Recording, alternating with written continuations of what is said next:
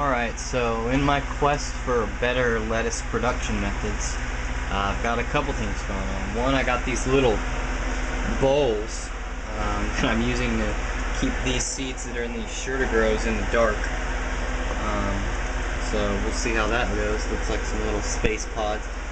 The other thing that I've done is trying out a new method of suspending the plants. I'm trying to use less growing media. What I was doing before was, like, as you can see, like filling a net cup up with a bunch of loose fill and then putting a sure-to-grow cube in the center, or doing the same type thing with the rock wool. Now what I've done is I've got this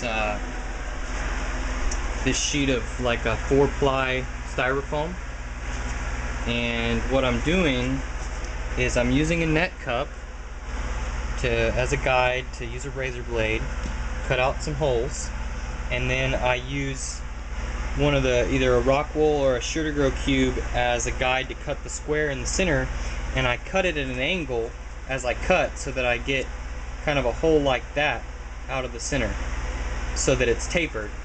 And then what I do is insert the rock wool cube and kind of push the taper, if I can get it out of here to show you, kind of push the taper back so that it gives some tension to the media, and I end up with something like that.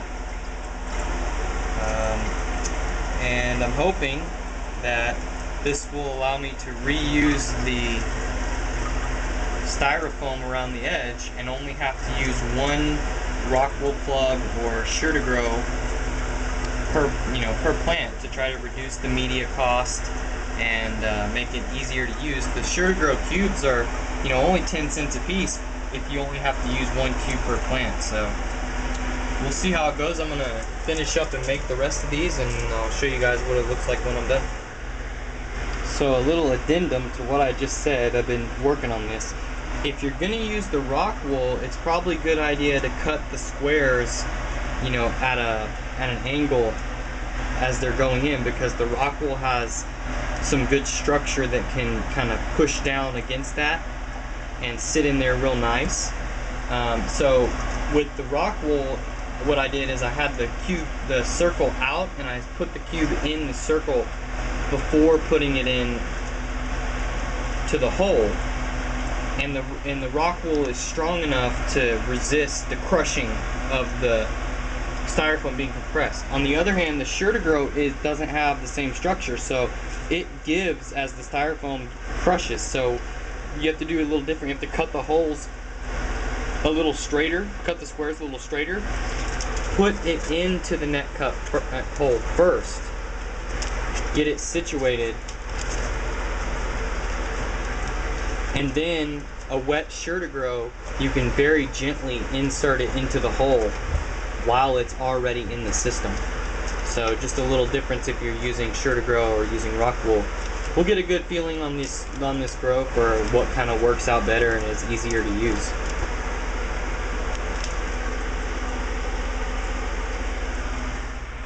There's my sure-to-grow cube. It's already been wetted down. It's got the seed in it.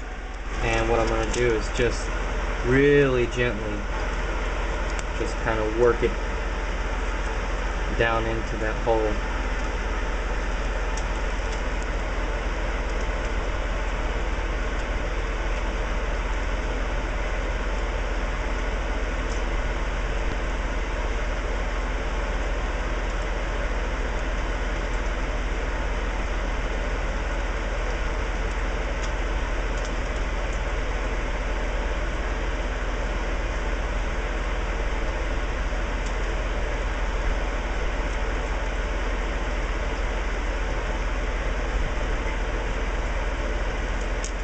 There we go.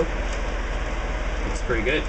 The other thing I like about these styrofoam inserts, or I guess if they make neoprene ones, maybe those will work good, is that they kind of hold the little bowl or little humidity dome in place,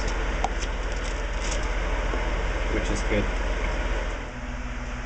Alright, let me say that I did not start off intending to do a rock wool versus sure-to-grow type of thing, but the number that germinated in rock wool 5 out of 10 kind of led to it. So, you know, I got sure to grow cubes in this row, and I got rock wool over here. Just kind of gonna feel it out for like ease of use and all that. I'm also kind of comparing germinating under these to do dark and under these to do light, just to see what happens.